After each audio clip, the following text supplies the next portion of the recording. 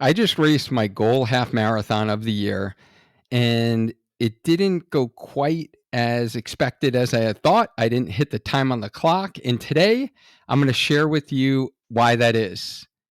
It's not about the distance, it's about the journey. And that is what I'm going to be talking about today. So you can have realistic expectations for your next running goal, whether you're training for a marathon, a half marathon, or just aiming to improve your daily jogs. Like this training and this episode is going to have something for everyone. And my goal is that you're going to take home a little bit of a nugget, and really you're going to be able to kind of like challenge yourself, challenge yourself mentally and physically, and be able to actually break through plateaus and elevate your running game for your future journey. My name is Dr. Duane Scotti. I'm a running physical therapist, coach, educator, and founder of Spark Healthy Runner. And my mission is to preserve the health and longevity of runners everywhere by allowing them to get stronger, run faster, and enjoy lifelong injury-free running. And if you stick around long enough today, I'm going to cover the one thing you need to consider when half marathon race planning.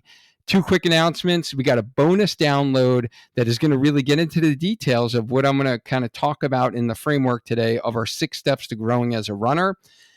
We all know, like, trying to grow in our running journey is overwhelming at times, and it can be very hard. And if you don't have a plan, it's even more difficult. And your running gets slower, or worse, leads to injury. Not good. When you master the 6 steps to growing in your running journey, you're not only going to feel more confident in getting stronger and faster, you'll stay healthy and enjoy the process of running again. And that's really the part I'm going to get to today, which I'm excited to share with you. So you can get Spark Healthy Runner's 6 foundational principles to growing in your running journey, which includes mindset, strength training, run design and planning, nutrition, recovery, and race strategy. And this framework is really the synthesis of all I have learned and applied with clients as well as my own training. And I'm going to actually reflect on 2 of those big buckets for you today. And this is really something that I put together after the past 3 to 4 years of having this going on in my mind as I've been growing in my running journey and staying healthy. The second announcement that I have for you is we're now open for marathon specific one-on-one coaching for fall marathons. So whether you're running Chicago, Hartford, New York, Marine Corps, Philly, your local marathon, or you're training for Disney, and you've like struggled with nagging injuries in the past, every time that you try to train for a marathon and you just can't seem to have that breakthrough marathon like I described in my Cape Cod Marathon recap episode, then this program is for you. You can get not only the structured strength and run plan for marathon training to not only crush your marathon, but stay healthy and finish the race feeling strong. And if that sounds like the result that you want this fall, then all you need to do is to apply for our signature Healthy Runner coaching program. Before we fill up, just go to learn.sparkhealthyrunner.com/coaching. Availability is limited, so be sure to grab your slot before they're all filled up, and you can hop on a call with me and we'll make sure that you are a good fit for our program and that we're going to be able to help you to make those marathon dreams a reality. And we'll discuss what it will look like for us to work together, and we'll take it to the next steps.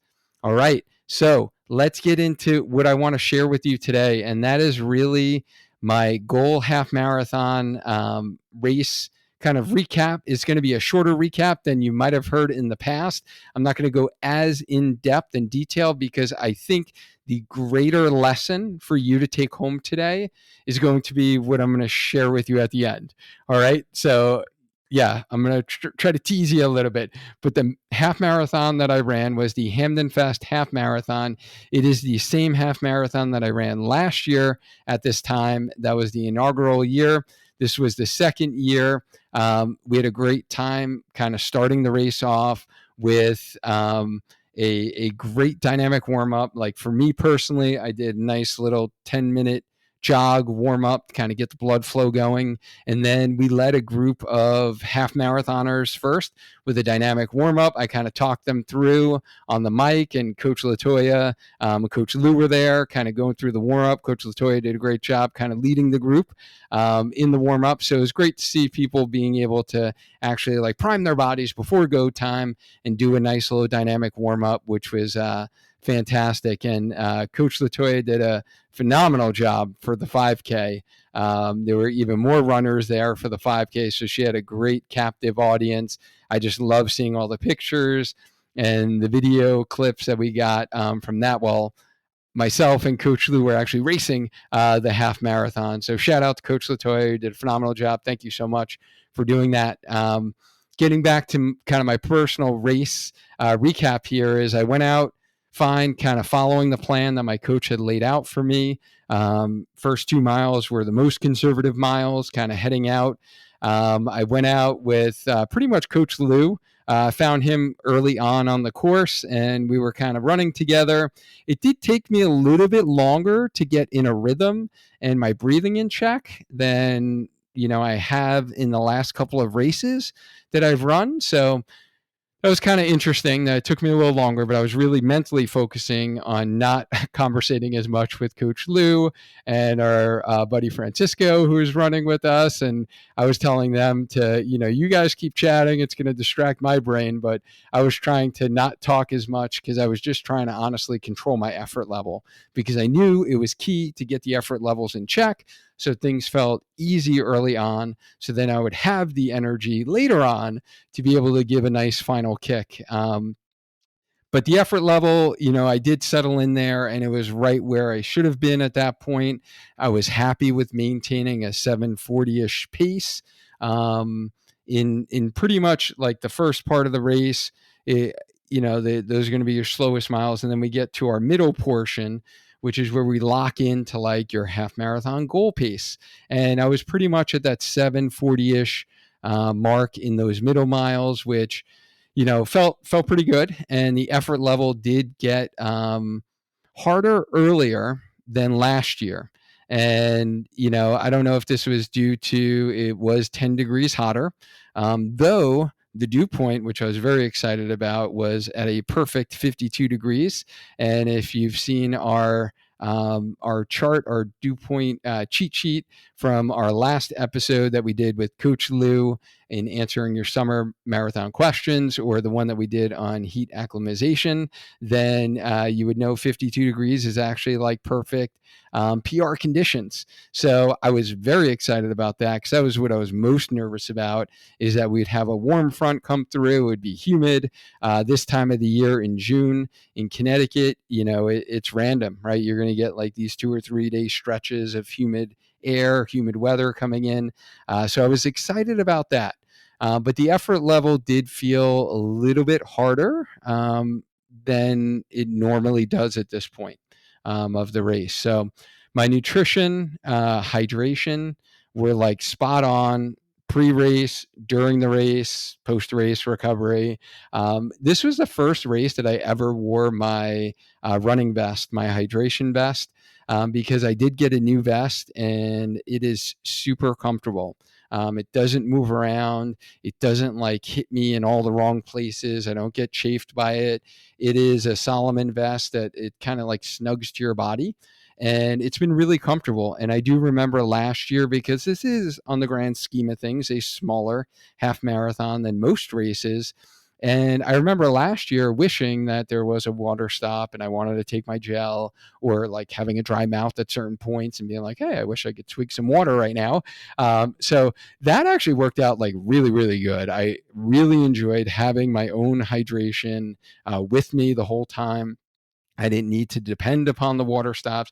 I didn't need to depend upon when I was going to be taking my gels, when I was going to be getting my electrolytes in. So that actually worked out really good. And my stomach felt great. Like I didn't have any nerves. I didn't have any anxiety like I did 2 years ago for the marathon that I mentioned in Hartford.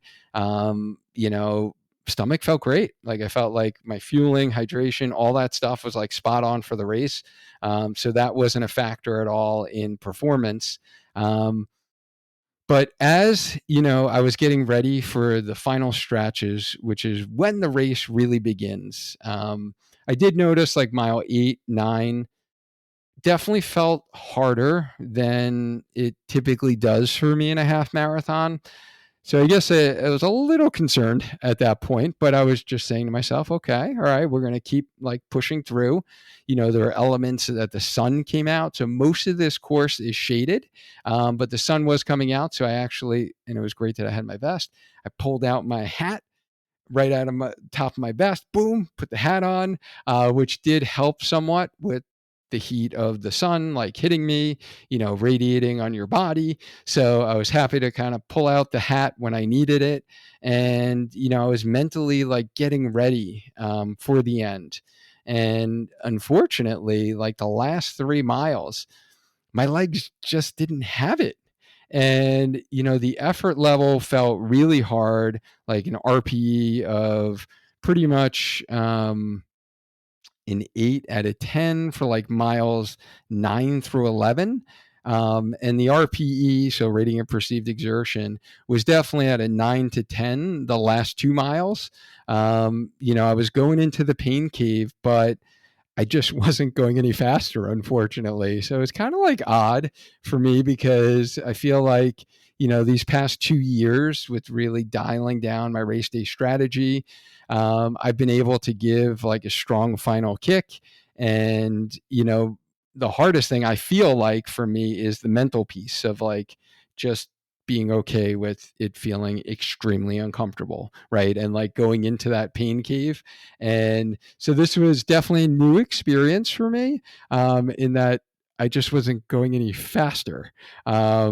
So I guess I could say I was proud of myself for, being able to mentally push through and just not throwing in the towel, like especially when I did know like that last mile that, hey, I was not going to hit my A goal and I was not going to, get the fastest half marathon in 8 or 9 years and break what I did last year on this course, right? Like that was my A goal, was to get a sub 140 half marathon. So that last mile, when I knew that wasn't going to happen, I was proud of myself for continuing to push, to continuing to feel it hard versus just like jog it in. Just because, yeah, it was hard. I did want to, your body's telling you like, stop, why are you running so fast? Maybe walk for a little bit. And it just didn't feel honestly as quote unquote easy as it did last year. And unfortunately, I didn't feel as strong enough to feel like, I can really push. And, I had hoped for being able to hit like 7:35s, 7:30 for like those last couple of miles. And unfortunately, that didn't happen. The good news, silver lining, is that I did hit my B goal, which was to get sub 144, which again, if you listen to my recap last year, that was the spot I was stuck at for 3 years with my half marathon times. There were 144 something, all of them. So I did beat that. So that was a good thing, in terms of time. And my final time was 143.55, so 7:55 pace. Again, last year it was 140.23, and that was a 7:39 pace. Last year's race, like I felt strong at the end, like I was flying, like I was on cloud nine. Everything was perfect. Um, as I reflected on this, and I highly recommend all of you after your races definitely take some time to reflect. I went for my mile cool down jog after that my coach had programmed. That was really good to just allow some of the initial acute disappointment that your brain has, to just go out there and jog and just let the thoughts that are going through your head, kind of go through some of those emotions. And, as I reflected these last couple of days, I really found three key reasons why I felt the way I did during this race. The first was temperature. It was 10 degrees hotter. I mentioned it wasn't very humid, but 10 degrees is 10 degrees. So that easily could have played a factor, in how I felt toward the end of the race. It's going to build up over a course of an hour and a half of running at a hard effort. So that was one. The second, which again was more related to what happened before the race. So, like temperature, honestly, it was really the only thing on race day. I definitely wasn't nervous. My nutrition, like I said, I nailed it. There's nothing, no issues with my outfit, my shoes, like none of that stuff. Mentally, I was ready to go. Mentally, I felt like I prepared heading into the race. But the second thing I think played a big role in why my legs felt the way they did during that last final kick, which they typically don't.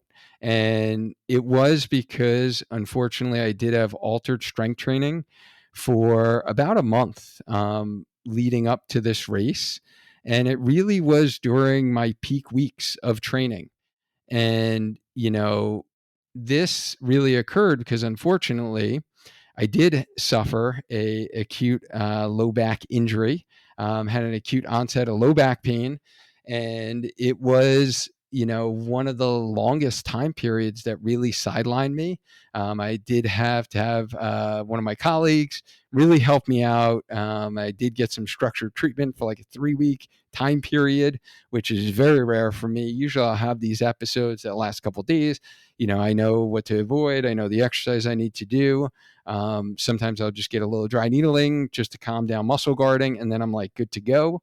And I've even raced half marathons on like 2 days after an acute low back injury, and when my muscles were still guarded up. So I do remember that 4 years ago, the Cheshire Half, and this really lasted and persisted longer than it typically does. And it really caused me to miss many, many workouts. And even once the back was kind of fully recovered, where I didn't have any pain, it wasn't limiting movement. What I was doing in the gym was honestly, it was like most conservative. Let's play it super safe here. Like, I don't want a reoccurrence of this happening heading into race. Like, I want to be able to total line on race day feeling like 100% physically ready to crush a half marathon. Like, that was my goal.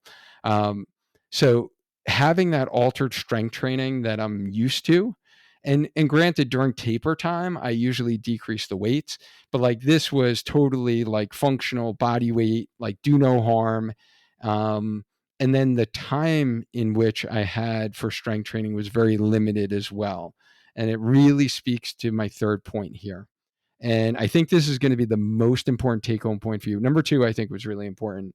Don't get me wrong, because if you're not doing strength training at all in your training for half marathons or marathons, then I think you're doing yourself a huge disservice. And for me, like this being the first time that this has ever happened where I had this block, a good like 6 weeks essentially of not getting in quality strength training. I think it really had an impact on how my legs felt those last 3 miles. Like that's when it crept up, right? It wasn't the first couple of miles. It wasn't the middle miles. It was the end and being able to close. So I think that's important. But this last point in kind of my three key reasons, and this is the one thing that really you, as a runner, as an adult, trying to do hard things, trying to like challenge yourself as an adult, doing some races, that you need to consider when half marathon planning and even marathon planning. And that is emotional and psychological stress is real and it manifests itself physically. So, what do I mean by that? And this is something that I often talk to my clients about. And as I reflected and really thought about everything that has happened in my life this past training cycle, this past 4 months. And if you remember, to start out this year, I did actually record an episode that really recapped my first 2 months of the new year. And if you remember, like there was many things I learned professionally, many things I implemented into my own training. Everything was like looking great, right? I was like set up for success. And unfortunately, since the time of that recording, That was actually, yeah, I don't remember the exact episode number, but it was kind of titled something like the things I learned the first 2 months of the year. So that was the last time I kind of really talked about my personal training. Since that time period and that recording, for the last 4 months, there's been multiple things that has really impacted me from a emotional, psychological stress, well-being standpoint. And the first is really the career changing decision that I shared with you. I outlined in episode 228 on why I quit my job. And this was definitely a really good thing and a really positive thing. But with that came a ton of stress in even like making the decision, handing in my resignation letter to the institution that I loved, for the last 19 years. And, actually coming up to that decision and doing it, executing it, all the uncomfortable conversations that happen with your boss, the dean's office, the university, like all of those things, the rest of the faculty, the student body, all of my student, like all those conversations, they're emotional, they're stressful. It's like stuff you internalize, right? So that was definitely one thing. And then obviously even wrapping up the semester, leaving, like cleaning out my office, right? Like, having, goodbye gatherings, and, all of those things are emotional, right? It's like a huge like chapter in my life that was ending, and I'm starting a new chapter. Um, but there was stress involved with that, I guess is what I want to say. So, you know, that itself was one element. But then the other element that I noticed that I didn't anticipate whatsoever, actually, was the 3 weeks leading up to the race. Now that I am a full time entrepreneur, um, many, many great things have happened, right? Like there's been new partnerships that I'm excited to announce shortly. There has been new programs, like shout out to the 20 founding members who jumped on our Healthy Runner Academy. And I've been stretching myself in being able to actually create this membership, and learning and growing in my own personal business development and investing in coaching programs for that. So kind of doing that, learning, growing, implementing, and then even creating content. And my brain has been like even more focused and intentful in what I do. And it's very exciting. Like it's very good things. Like it's not bad things. But I must say, it does leave me like emotionally drained at the end of the day. And it is, one of those feelings that I felt many times in my career. Usually it'd be like a day of, lecturing multiple days in a row, right? Like having all these deadlines, having like presentations due. And, that I've had that feeling before, or going to conferences, presenting at conferences, doing poster presentations, presenting an educational set. Like for those of you who do those types of activities, maybe you can relate to me of like your brain just feels like it's on freaking overload, right? Like it's going to explode. And, um, all good things.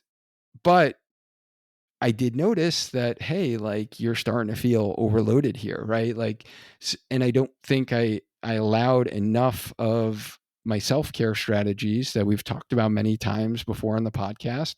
Um, because yeah, right, like if you guys can imagine, like whenever you've went on a new venture, it's kind of like, and if you're like anything like me, right, like if you're going to do something, like you're not going to fail, right? Like failure isn't an option, right? So that's kind of my mindset. So I kind of go all in on something. And me going all in on this, it is important to recognize that like we do need to dedicate self-care, right, in order to maintain for longevity, like we talk about with our running. And like that emotional stress of those 3 weeks, I was not anticipating whatsoever. I kind of looked at it like, hey, I was like working two full-time jobs, so now I'm only going to be doing one, so my stress levels are going to come down. But I guess the added pressure I put on myself, was something I didn't anticipate, and even being more focused and like exerting more brain power in what I do on a daily basis now has definitely led to some more emotional, um, really draining feeling that I've had. So that was kind of, I guess, a second stressor, if you will, if like just the whole career changing decision making process. Now it was this 3 weeks leading up to the race increased, I guess, emotional stress that I wasn't counting on. And then the physical stress, like injury stress that I was going through, right? So in the back of my mind, like the whole back issue and just dealing with that, and even like having to take time out of my schedule, move things around to get treatment, right? And to actually, think about the back pain I was having, think about modifying my strength training routine, think about, right, like, is this pain going to persist? We had a lot of flights that were, a lot of traveling going on, flights to Florida for my daughter's orientation, still doing volleyball stuff with my other daughter. We're going down to Florida soon again for nationals. So, just thinking about that, and typically my back doesn't do well when you're sleeping in mattresses, right? Like in hotels and traveling on airplanes and all of that kind of thing. So I think that element of injury stress I did have on me there. And then honestly, if I'm being honest, for those parents out there, maybe you guys can relate a little bit, but parental stress is real. And, I think my wife and I have been like blessed. I would say that like maybe we've had it really easy the last, what, I don't know, 17, well, my daughter's 18 now, right? Like the last 18 years of being parents. But these last 6 months really have like challenged us in ways that we've never been challenged before. Not only for one child, but both, and in their own way, right? So from mental health standpoint, right? Like needing to go through that whole like avenue, um, college decision making standpoint, and all that goes with that, and making the right, quote unquote, right decision, right? And even rebellious like stage, right? Like those things we really haven't experienced. Yes, there's little things here and there, but nothing to the extent that we've actually had to have like interventions and like things where it's like, okay, I'm going to drop everything in my life right now for my girls, right? Like, cause that's what needs to happen. And so I've never like had that, I guess, time period where that has needed to happen. Um, so I think that definitely played a role as well. So, and the reason I'm sharing this with you is because I do find that this is very common in a lot of the athletes that I work with, where, they have a goal in mind, whether it's a time goal. Like, for instance, I had a sub 140 time goal for this half marathon. And when we don't hit that, or we're not able to hit that goal, sometimes that can just leave us as feeling defeated. And it is one of those things where, you just feel crappy, and you just feel, and as I reflected, like, I'm thinking about, hey, like, you can't expect Duane to like perform at your best and get this like fastest half marathon time in 8 years when you had all this going on, because mindset is like one of the parts in our 6 steps to growing as a runner, and setting clear and realistic goals and expectations is so important.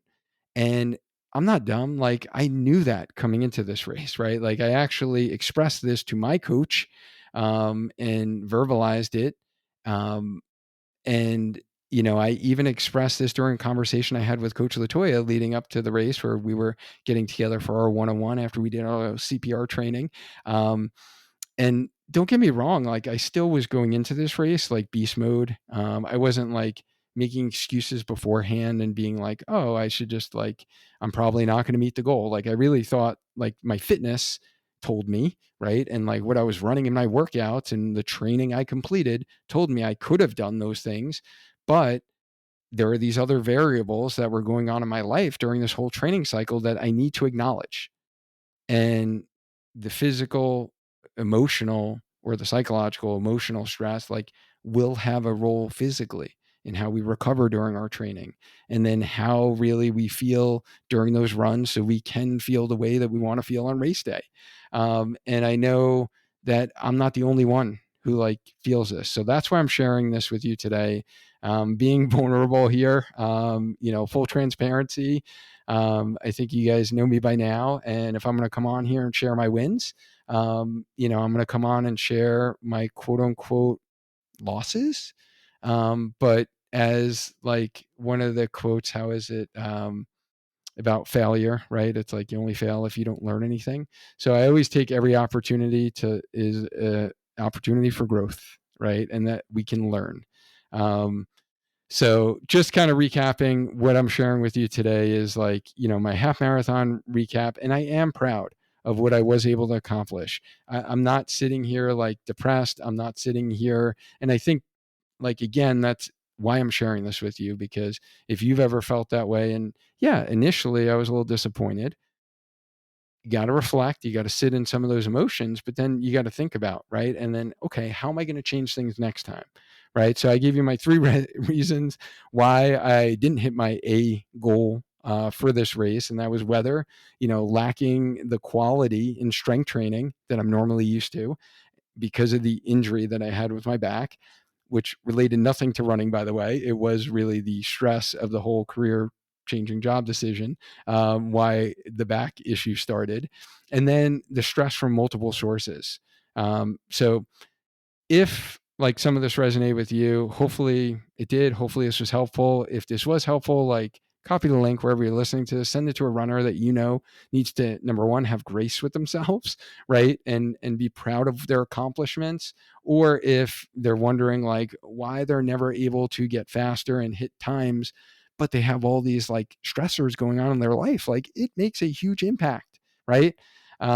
So don't forget, download the freebie, 6 Steps to Grow as a Runner ebook. Go to learn.sparkhealthyrunner.com/grow. And if you would like clarity and focus on mastering the 6 steps to growing in your running journey, whether it is mindset, we talked a lot about that today, or the race day strategy, or it's maybe strength training for running, and you want motivation, accountability, and support in order to meet your running goal, that's exactly what we do with our Spark Healthy Runner one-on-one signature coaching program. So you can master those 6 steps. You can learn more about our program. Click the link in wherever you're listening to this. Schedule a call with me. I'd love to chat with you. I always love chatting with anyone who's a longtime listener of the podcast or follower on the YouTube channel. Just go to learn.sparkhealthyrunner.com/coaching. Thank you all for sticking around this long. Honestly, if you stuck around this long, you're watching this on YouTube, hit that like button, because like I want to know if you did stick around this long. And as always, guys, it's a journey, right? And we got to have some grace with ourselves, but we learn from every single experience. We learn from that journey, and I'm going to learn from this one. Don't you worry. I'm looking forward to fall marathon training. I'm looking forward to really going out there for the marathon again. And I greatly appreciate you guys as always. Let's maintain a strong mind, a strong body, and let's just keep on running. Until next time.